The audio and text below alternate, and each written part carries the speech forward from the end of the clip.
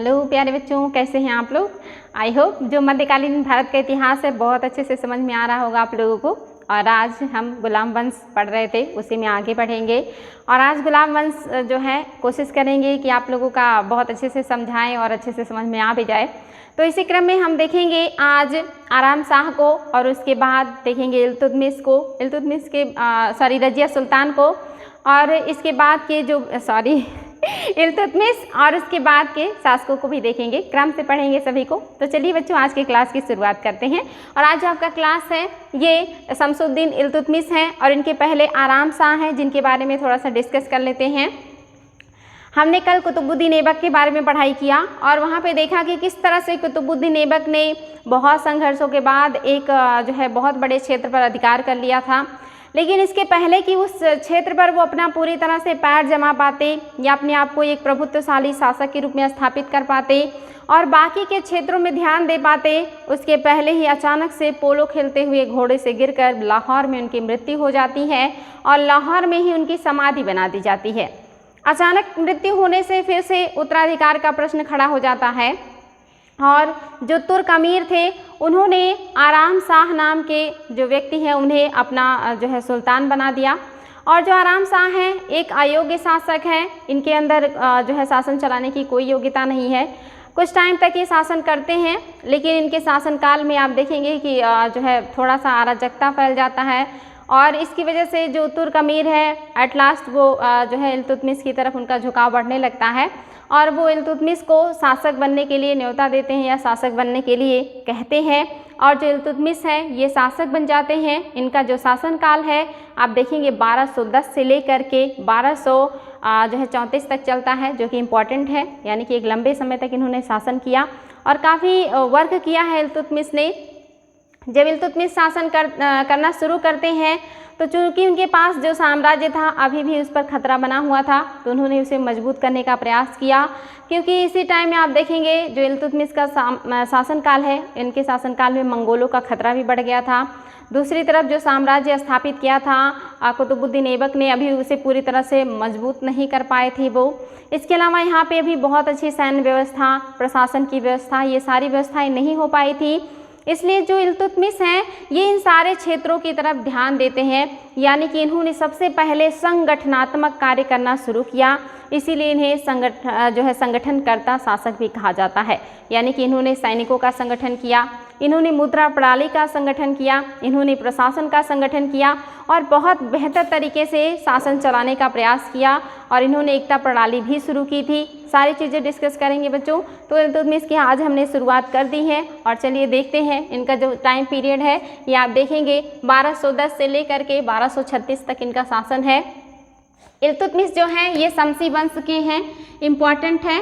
और इन्हें जो ऐबक है इन्होंने दिल्ली में दास के रूप में खरीदा था। आपने देखा था जो ऐबक है इनको जो गौरी है उन्होंने खरीदा था, और जो ऐबक है इन्होंने इल्तुतमिश को दास के रूप में खरीदा, और जल्दी ही ये उनके विश्वास पात्र बन गए थे, क्योंकि योग्यता थी इनके अंदर।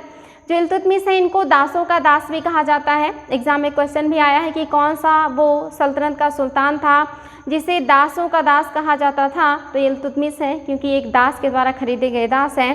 तो इम्पॉर्टेंट है बच्चों, इन्हें जो है ऐबक ने खरीदा है दिल्ली में, और ये उनके विश्वास पात्र बन गए, और जल्दी ही इन्होंने सर जानदार का पद हासिल किया, जिसको शाही सेना का अंगरक्षक या शाही सेना का मेन अधिकारी बना दिया गया। यानी कि शाही सेना जो राजा है या जो राज्य है उसका जो मेन सैनिक हुआ करता था, जो सबसे महत्वपूर्ण सैनिक होती थी उसको शाही सैनिक कहते थे, उसके प्रधान बन गए जो हैं इल्तुतमिश। इसके अलावा इन्हें अमीर या शिकार का पद भी मिल गया था, ये भी एक बहुत ही महत्वपूर्ण पद था। यानी कि बहुत जल्दी इन्होंने महत्वपूर्ण पदों पर अपना स्थान जो है बना लिया। इसके बाद 1205 में इल्तुतमिश को ऐबक ने दास्ता से मुक्त कर दिया था।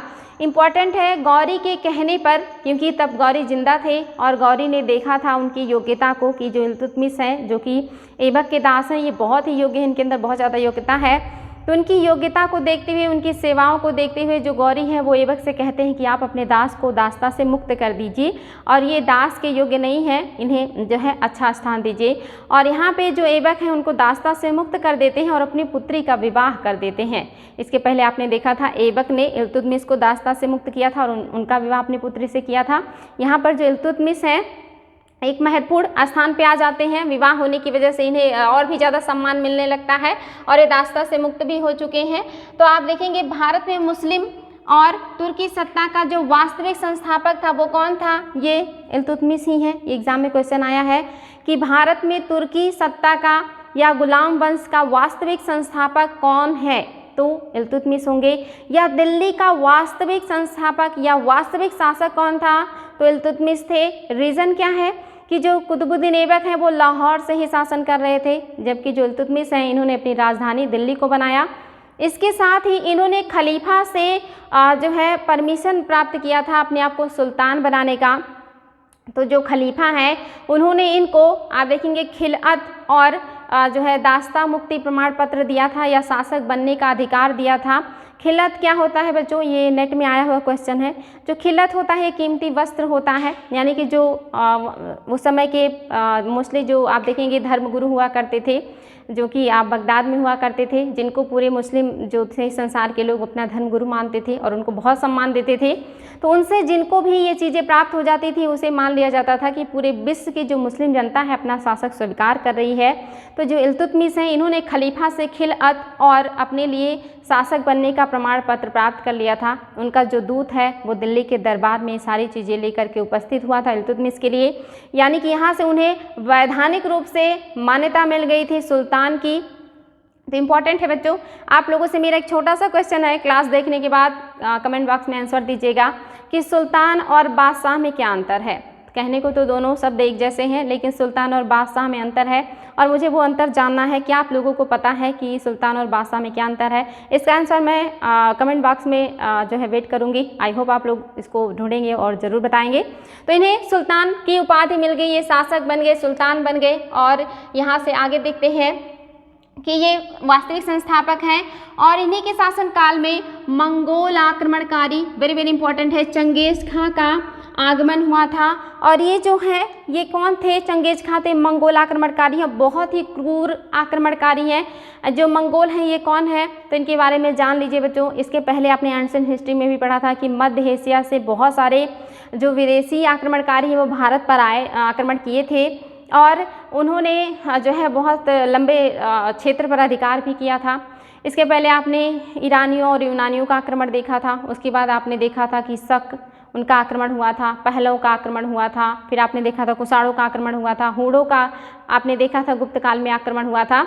इसी क्रम में आप देखेंगे कि जो सल्तनत काल है यहाँ पे मंगोलों का आक्रमण हुआ है और ये जो मंगोल है ये भी मध्य एशिया के बर्बर जो है जनजातियाँ हैं और इनका कोई ठिकाना नहीं होता था। ये घूमते रहते थे और जगह जगह के जो राज्य होते थे, जो शासक होते थे, उनको लूटते रहते थे। ये लोगों की निर्मम हत्याएं कर दिया करते थे, गांव के गांव को ये लोग जला दिया करते थे। इनके अंदर दया नाम की कोई चीज़ नहीं होती थी। इसी वजह से जो मध्य एशिया के बहुत सारे जो नवाब थे, सरदार थे, बड़े लोग थे, वो अपना जो घर द्वार है वो छोड़ करके भारत की तरफ चले आए थे और उन्होंने यहाँ पे आकर के रहना शुरू किया था।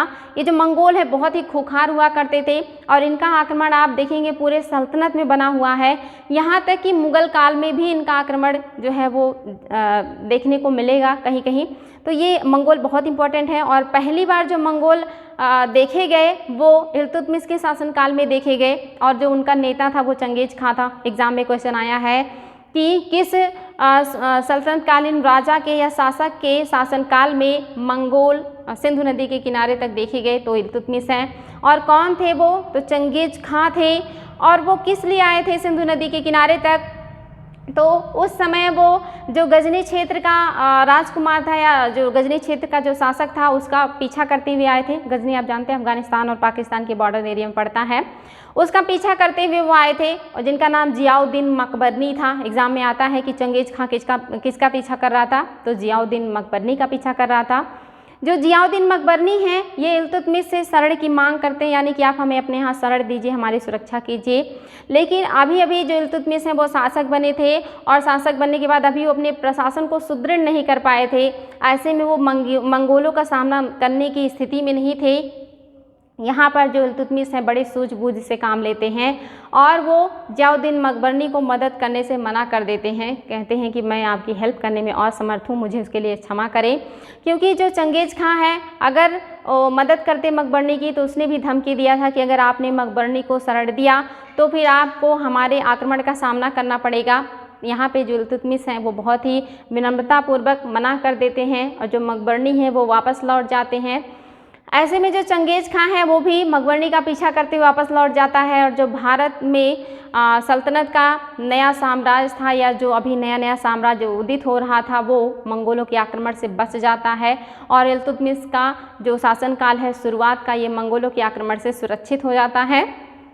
तो इम्पॉर्टेंट है बच्चों, एग्जाम में बहुत ज़्यादा क्वेश्चन आता है कि कौन आया था, किसके शासनकाल में आया था, किसका पीछा करते हुए आया था। तो ये सारी चीज़ें आप लोगों को याद होनी चाहिए।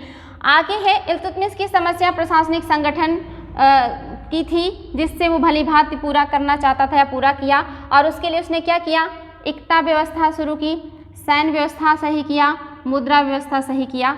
इक्ता क्या होता है, तो इक्ता होता है कि जब भी जो राजा है उसके प्रशासन में जो काम करने वाले लोग हैं, चाहे वो अधिकारी हों या चाहे दूसरे लोग हों, उनको वेतन नगद रूप में ना दे करके जो वेतन है वो ज़मीन के रूप में दे दिया जाए और कह दिया जाए कि उस ज़मीन से जो भी राजस्व होगा, जो भी इनकम होगा वो आपका होगा।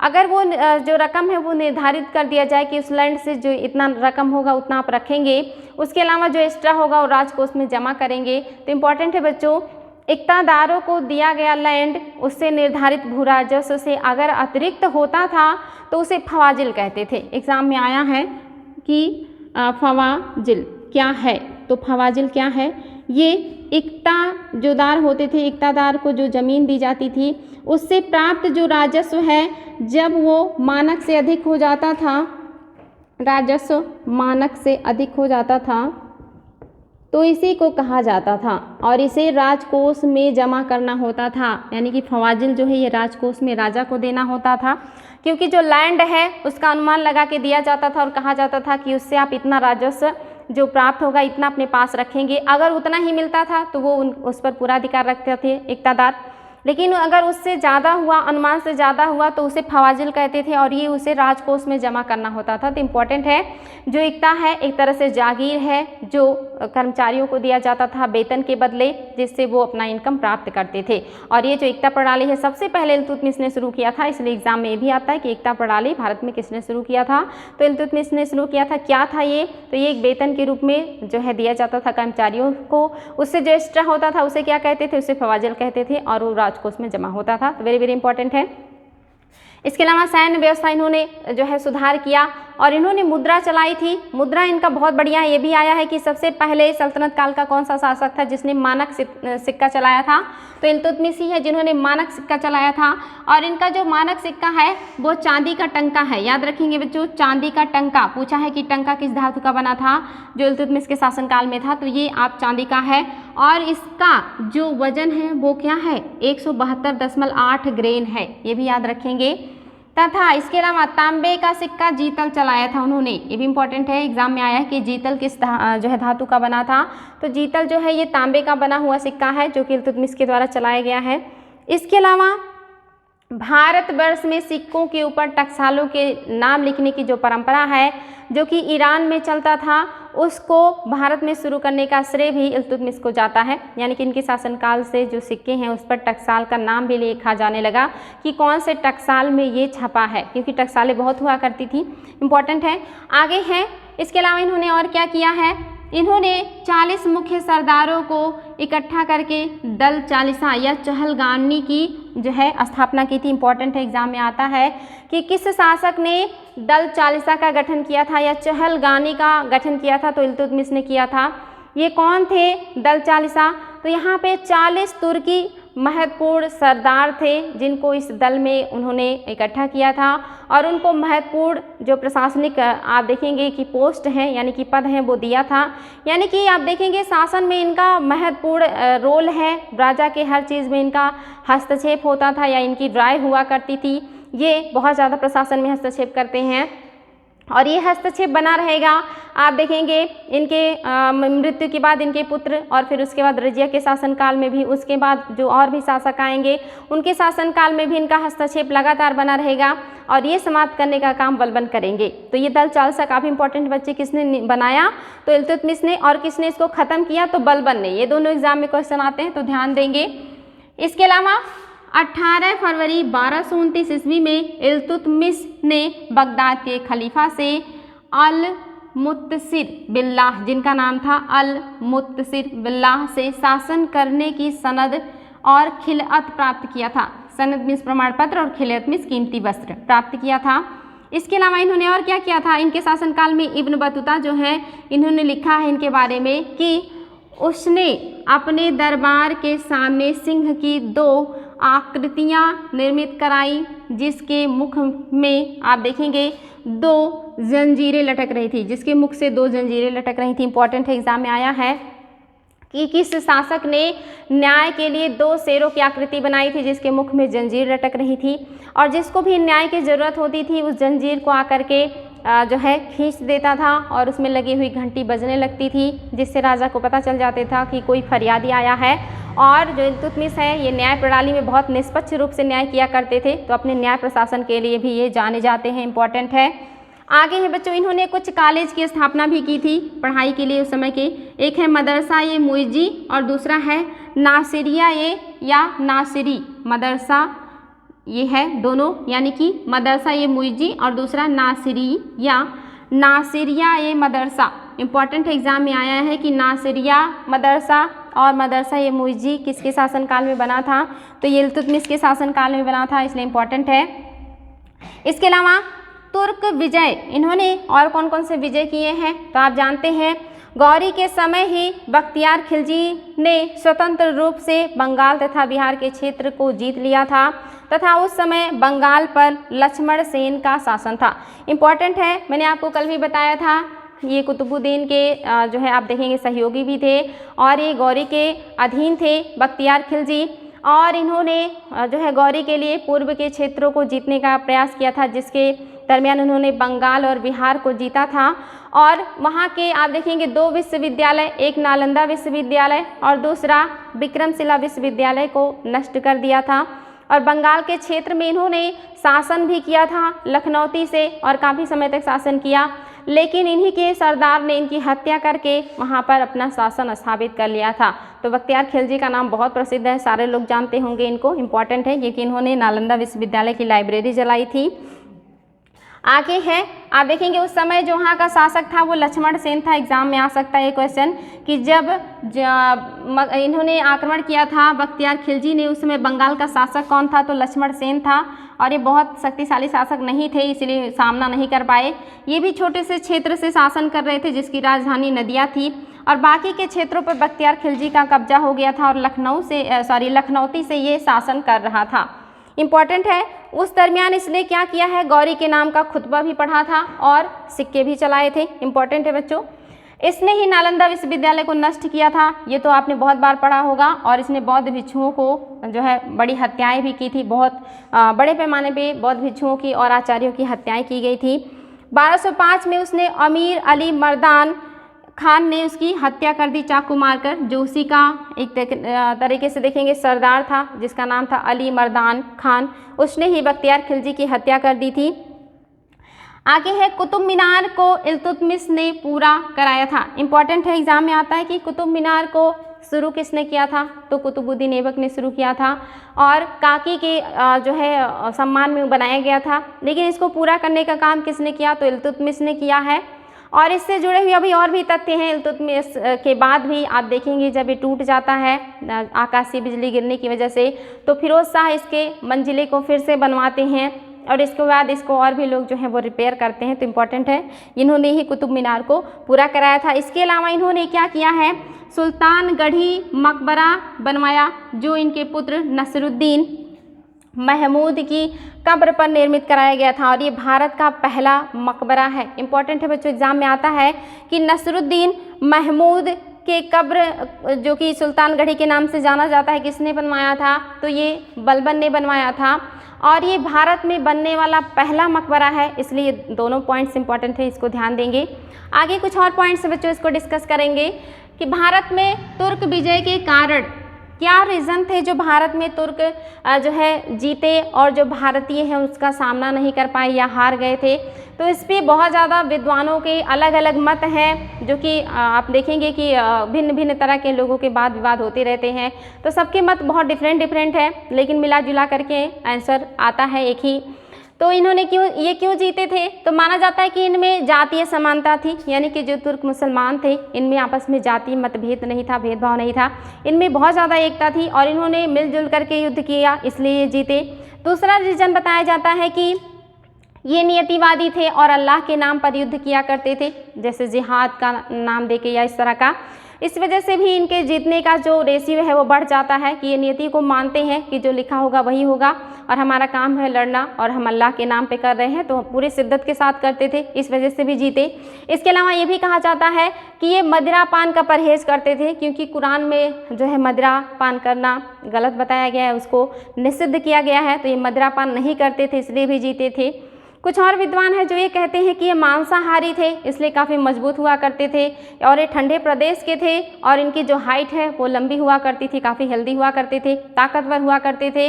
इस तरह के बहुत सारे जो है बताए जाते हैं रीज़न उनके जीतने का।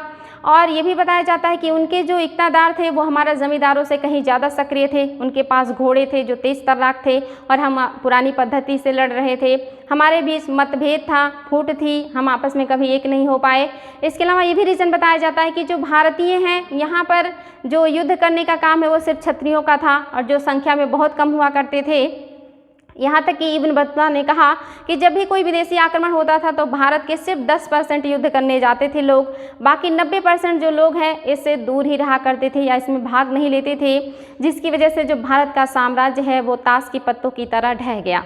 यानी कि बहुत आसान था भारत को हराना, क्योंकि यहाँ की जो व्यवस्था थी वो बहुत ही पुरानी और वही घटिया किस्म की थी, यानी कि सिर्फ जो क्षत्रिय हैं वही युद्ध करेंगे, बाकी जो समाज के 3 वर्ग के लोग हैं वो युद्ध में भाग नहीं लेंगे, जिसकी वजह से युद्ध में सिर्फ 10% लोग ही भाग लेते थे, और बाकी की जो जनता है वो इन सारी कलाओं से महफूज मतलब जो है एक तरीके से कहीं कि दूर रहती थी, उसे नहीं पता होता था, तो वो युद्ध से दूर होने की वजह से भी इतनी बड़ी जनसंख्या होने के बावजूद एक छोटे छोटे जो विदेशी हैं उनसे भारतीय हारते रहे। ऐसी बहुत सारी कमियां बताई गई भारतीयों के हारने के। तत्कालीन वो आपस में कभी मिलजुल के नहीं युद्ध किए, उतनी शिद्दत से युद्ध नहीं किया लोगों ने, और एक दूसरे के प्रति जो है हमेशा वैमनस्य का भावना रखा, यानी कि वो विदेशियों को एक्सेप्ट करने को तैयार थे, लेकिन अपने भारतीय जो प्रतिद्वंदी थे उनसे मित्रतापूर्ण व्यवहार नहीं किया। ऐसे बहुत सारे रीज़न बताए जाते हैं यहाँ के लोगों के हारने के, और जो तुर्क हैं उनके जीतने के। विद्वानों का उस पर अलग अलग मत भी है। यहाँ पे ये सारी चीज़ें आपने देखा, और यहाँ पे क्या है, सैन्य दृष्टि से भारतीय राज्य पिछड़े हुए नहीं थे, यानी कि हाँ हमारे यहाँ भी सेना थी। हमारे यहाँ आप देखेंगे कि जो राजा है वो हाथियों पे बैठ करके युद्ध किया करते थे, तो जंगी हाथियाँ भी हुआ करती थी, घोड़े भी होते थे, पैदल सेना भी होते थे, सब कुछ होता था, बशर्ते आपस में संगठन नहीं था लोगों के बीच, और जो युद्ध करने का काम था वो बहुत कम लोग करते थे। और उसी का यहाँ पे जो है बताया गया कि जो मूल रीज़न था वो संगठनात्मक कमजोरी थी, जिसकी वजह से भारतीय जो समाज है ये जातियों के आधार पर विभाजित था। सेना का कार्य केवल क्षत्रियों का ही पेशा था। इसीलिए अल-बर्नी ने बताया है कि जो इम्पोर्टेंट है बच्चों, ये अल-बर्नी का कथन है, इसको ध्यान देंगे। इन्होंने ही कहा है कि इनके अनुसार जिस समय विदेशी आक्रमण होता था उस समय 10% जनता ही भाग लेती थी। यही कारण है कि विदेशी आक्रमण के समय भारतीय राज्य ताश की पत्तों की तरह जो है ढह जाते थे या नष्ट हो जाते थे। तो वेरी वेरी इंपॉर्टेंट है। इसके अलावा आप देखेंगे इनके बाद जो हैं इल्तुतमिश के बाद ये शासक बनते हैं रुकनुद्दीन फिरोज़। ये वेरी वेरी इंपॉर्टेंट है रुकनुद्दीन फिरोज़, क्योंकि इनको बस ये ध्यान देना है कि इनके बाद कौन आता है और इनके बाद फिर किसका शासन आएगा उसको भी देखना है। तो क्रम में हम चल रहे हैं। तो हमें सारे शासकों का क्रम भी पता होना चाहिए, क्योंकि एग्जाम में क्रम पूछ लेता है और उस क्रम में ऐसे कमज़ोर शासकों का नाम दे देता है जिसको हम ध्यान नहीं देते हैं और वहाँ क्रम मिलाने में हमें दिक्कत होने लगती है। तो ऐसे कमज़ोर शासकों का नाम भी आप लोगों को पता होना चाहिए, जिसमें आप देखेंगे इनके बाद रुकनुद्दीन फिरोज़ शाह आएंगे। आपको बता दें बच्चों कि जो इल्तुतमिश हैं इनके कई पुत्र थे, लेकिन इनकी एक पुत्री थी जिनका नाम रज़िया सुल्तान था, जो बहुत योग्य थी, जिनको इल्तुतमिश बहुत ज़्यादा मानते थे और वो कहते भी थे कि हमारे सभी बच्चों में सबसे योग्य मेरी पुत्री है और मेरी मृत्यु के बाद मेरी पुत्री ही जो है वो शासिका बनेगी। और उन्हें युद्ध के क्षेत्र वगैरह में भी लेके जाया करते थे, यहाँ तक कि उन्होंने सिक्कों पर अपनी पुत्री का नाम भी अंकित कराया था और उनकी शिक्षा से सारे लोग परिचित थे। लेकिन इल्तुतमिश की जब मृत्यु होती है तो जो तुर्क अमीर थे या जो तुर्क लोग थे वो महिलाओं को इतनी ऊंची प्रतिष्ठा वाले स्थान पर स्वीकार नहीं करना चाहते थे, क्योंकि अभी तक जो महिलाएं हैं वो घरों में ही कैद थी। तो अब कोई महिला कैसे शासिका बनेगी और कैसे हम उसके अधीन रह कर के शासन करेंगे, ये सारी चीज़ें तुर्क सरदारों को मंजूर नहीं था।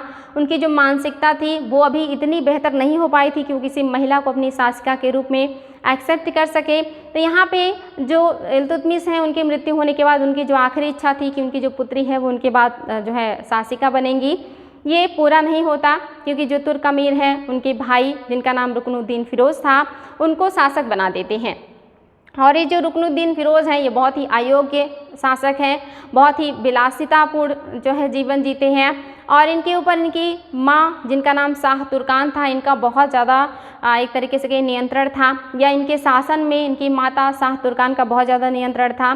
शाह तुर्कान ने जो है एक क्रूर लेडी थी और बहुत सारे सरदार जो उनका साथ नहीं देते थे उनका हत्या करवा देती थी और इसी क्रम में इन्होंने इल्तुतमिश के भी एक छोटे बेटे की हत्या करवाई थी और बहुत सारे अमीरों की भी हत्या करवा दी थी।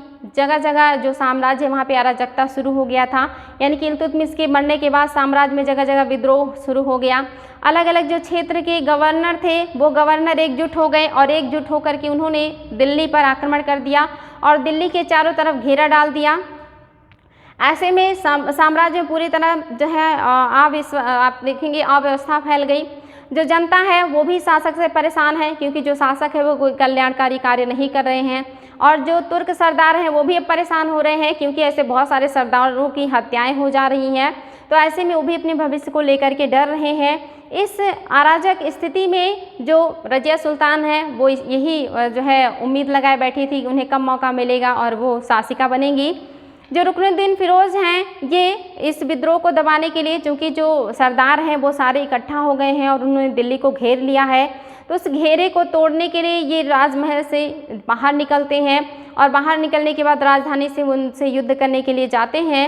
और जैसे ये दिल्ली से बाहर निकलते हैं, जो रज़िया सुल्तान है इन्हें मौका मिल जाता है अपना काम करने का और शुक्रवारी का नमाज जो है जामा मस्जिद में चल रहा था, जहाँ पे पूरी दिल्ली की जो जनता है वो इकट्ठा हुई थी।